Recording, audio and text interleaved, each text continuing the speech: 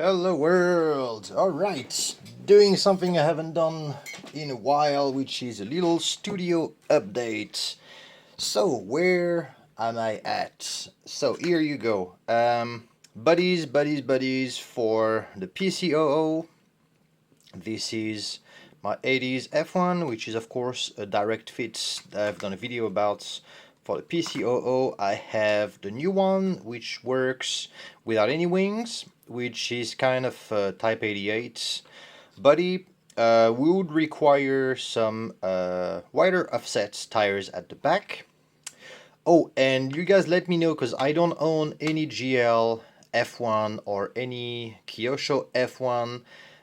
If the attachment for the wheel is the same as those Autoscale tires, the two-wheel drive tires, or they are different and they're specific to the F1, because I don't want to purchase rims and then won't be able to fit. If I can fit them, then I'll get a set of F1 rims and tires and try to fit them on the car to see how it looks. So if you guys know anything about it, let me know. Alright, if you guys have seen my little video with my Orlando Hunter, I have my first prototype of the Panda 4x4. I'm still waiting. The body posts that are originally designed for the car, which were very tiny, did not work properly. The car had too much flex, so I've redesigned mounts that go fully on the inside in the front and at the back. The front pivots up and down, so you can put and remove the battery, and then there is a screw to attach the back. And because I redid that, then I had to design something to make it look cooler. So there's going to be a new bumper set with the fog lights in the front that will sandwich with the screw to attach the front. So the front is going to be a two-piece body mount that's going to be attached to the body, and there will be some holes mount for the 3mm LEDs. So you can remove the LED mounts from the Hunter and you can put the LEDs directly in the body. And this body is coming with a clear, not clear, with a window mask, well, lens mask for the front light and the tail lights. And at the rear is going to be the same. The rear is actually a three-piece. There are two-piece, excuse me. The bottom piece here is going to have a little bit of a skid plate. There is a skid plate in the front as well. And then the back piece, once again, you can remove the tail light over there. There is one 3mm hole on each side for red LEDs. And then there is the roof rack. Same, you have space for 3mm LEDs. This is the tire that used to be at the back of the Jeep. That's the stock tire. Requires the screw that will come with it, and then you have those sand ladders that are all molded inside, and I think once painted up it looks really cool. This is a really fun little car. It's cool to drive on my tiny scale track that I'm doing on the roof, and otherwise just indoor. So hopefully this early January will be all ready to go. I'll have about 8 to 10 models probably that are gonna get to the store. So I'll put those fairly soon, in a couple of weeks. And that is the first, not only crawler, but the first 1/35th scale body that I've done. So I'll see how people react. I'm not sure what's the audience for that car. I bought it just because I wanted to make a mini crawling track on the roof, and the 124, 128 scale crawlers are just too capable for the scale that I can build at. So this is perfect for me to build something really tiny. And of course I can't keep anything stuck, so I had to do my own body for it. So Panda 4x4 will show up pretty soon. And now we talk about chassis. So here are my new prototype plates for both B2B and classic chassis, and as you can see, they are fairly different from the original. The original chassis, of course, the B2B, I have my flex cut, and I have the flex cut here that resemble a T-plate, and mounted at the back here is a Mini Q2 a rear pod stock, and of course you can mount any pod that you want at the back, aluminum pods and so on, and works well. Still a little bit stiff. It works better with a heavier pod at the back, but my issue is just that I'm relying a lot on the manufacturer of mini Qs to get the parts for that. It's already another manufacturer that I get the part for the front, so it can become kind of a hassle to get parts a little bit at a time, because I'm doing little boutique manufacturing. I don't need to order cartons full of parts.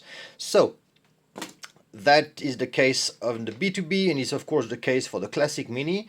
Same rear pod, same system. This is a super simple chassis. It's a little bit on the stiffer side compared to the B2B, but it's a similar construction with a T-plate that's molded inside the chassis plates. And so I want to get a little bit away from those parts and start using more of my own parts. So now that I have developed the pan car, I have of course the rear pod for the pan car, and I have the suspension system for the pan car, which are those flex plates that are actually double flex plates.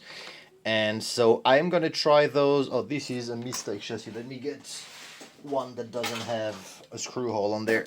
Here you go. So this is a proper one. So this is similar cuts and flex plates that I have on the PCOO, except that now those are slightly shorter. And now, of course, you're going to be able to mount not only the pods, but the razor as well, the spacer, and the two different pods that I have. So the MR and the RR pods are going to be able to fit on those chassis. Of course, the RR you won't be able to fit those body on, but the MR you will. But for the B2B, I'm pretty sure you don't need to modify much to have the RR at the back. So those are going to be worked on in the coming weeks. I'm just building myself a couple of them. And so the other major thing as well, of course, is that I'm moving away from the brushed setup that comes with the Mini Q pod at the back. This is fine. It works. It's super quick. It works well. It's durable. It's just that this allows to go brushless, so there's just more options for people to put their own electronics inside. This is a little bit locking you with basically Kyosho motors and that pod, unless you invest in a complete new pod. So I need to try first of all how is the new chassis going to work in comparison with the older one. The flex is very different with this type of suspension of spring at the back than it is with the T-plates. So I'm gonna have to do some testing, and then I will report back on them, and I'll probably film them, and yeah, we'll see how it goes. So here is the little studio update that I have. I am building a full collection of my classic minis at the moment, and while I was building the Audi version, I find out that the GL rims that I had have a crazy offset. So I think I'm going to try to build this one more as a touring car and see how this chassis goes, because now it's almost 80 mm wide with those tires on. So narrow tires front and rear, of course. This the Audi is using the transversal battery, the same as the Orlando Hunter, actually the same that I'm using in the PC, not the one that I'm using in those classic, which is really small. And so I'm going to see how this chassis behaves with a serious body on it, see if I can actually drive quickly, or if it's as scary as it is to drive with the classic bodies on it. So here you go, that's a little bit of an update. I'm gonna keep on working on new stuff like I've shown on Facebook before. You can see on my screen I am working on a new body. I have the body for the PCOO, how is that called? Like the shovel body, the pan car body, the fast body that is being made. So I'm going to receive that fairly soon. Probably at the same time I have the Panda. And then in the meantime, I wanted to keep working on touring buddies. I want to do a fast buddy. I just really don't like the touring style fast buddies. I want something that looks more like a GT. I want something more realistic. So I have designed this one today, which I'm still working on a little bit. I'm trying to leave some pretty wide area for stickers. The back over there is going to allow me to use my adjustable wing that I have, and the soft wings as well. And yeah, this is molded on the PCOO, of course, but it is a 98 mm chassis, so that is going to be 98 mm wheelbase, sorry. So that is going to be a regular body to use on any of the two-wheel drive, four-wheel drive, as long as you're 98 and about 78 wide. That is gonna be alright.